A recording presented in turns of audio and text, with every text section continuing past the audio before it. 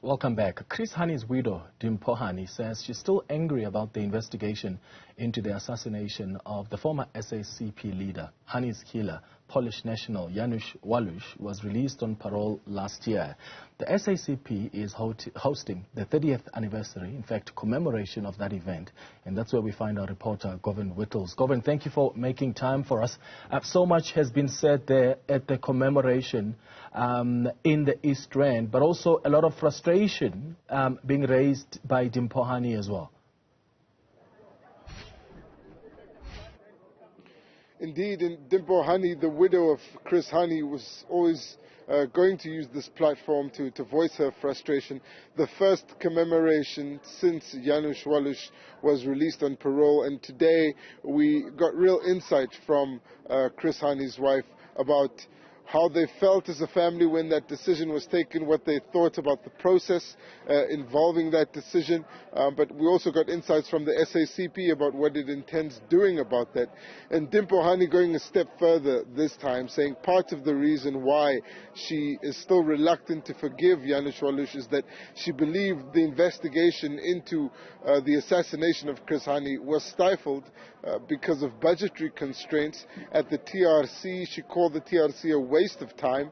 She said that there was another lead that investigators should have pursued, that it was essentially swept under the carpet by the apartheid government. And she also criticized extensively the Chief Justice, Raymond Zondo, for his decision to release Janusz Waluś on parole.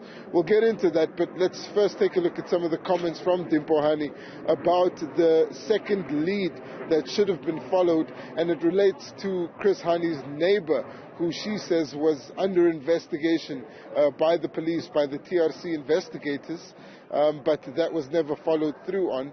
Let's take a look at what she had to say. Chris gets assassinated. It was during apartheid days. And Comrade Matthew Posa was deployed in that committee of investigators. A discovery was made that there was the second person in my neighbor's garden. What they found in that garden was an empty tin of Fanta and a cigarette butt, what we call stompy. Okay? These things were collected, but the apartheid government consciously decided not to follow up that. They made us focus on Waluś, the assassin. Now, if you go to that house and you look at the garage door, the garage is standing like this.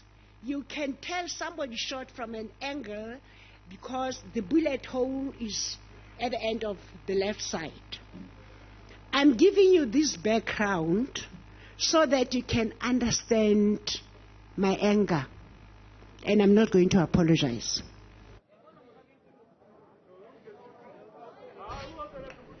As Limpho Hani, she's the widow of Chris Hani, speaking here at the 30th commemoration of his assassination at the Thomas and Kobe Memorial Park. They've set up this memorial for the legacy of Chris Hani, but really what dominated today's discussion here, or speeches by Limpho Hani, by the SACP, is their request for a more thorough investigation into his assassination.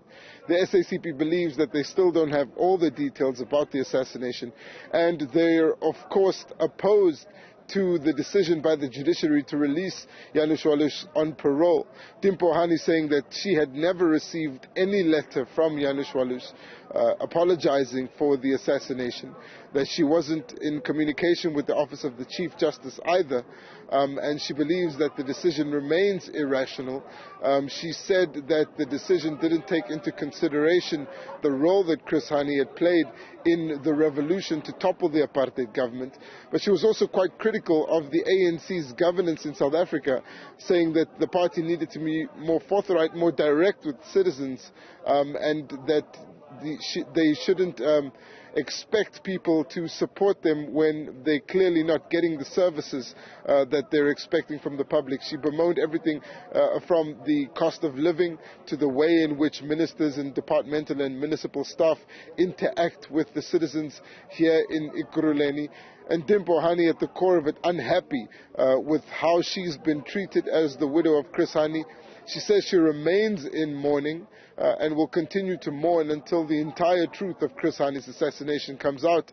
And of course, these comments were accompanied by comments from the SACP bemoaning the state of the tripartite alliance, of the way in which the ANC exercises power in the government, the ANC itself bemoaning what we saw earlier in the year from COSATU-affiliated unions, where they stopped ambulances or stopped people at the hospitals from accessing the facilities, saying that is part of the reason why the crisis, the tripartite alliance is in crisis.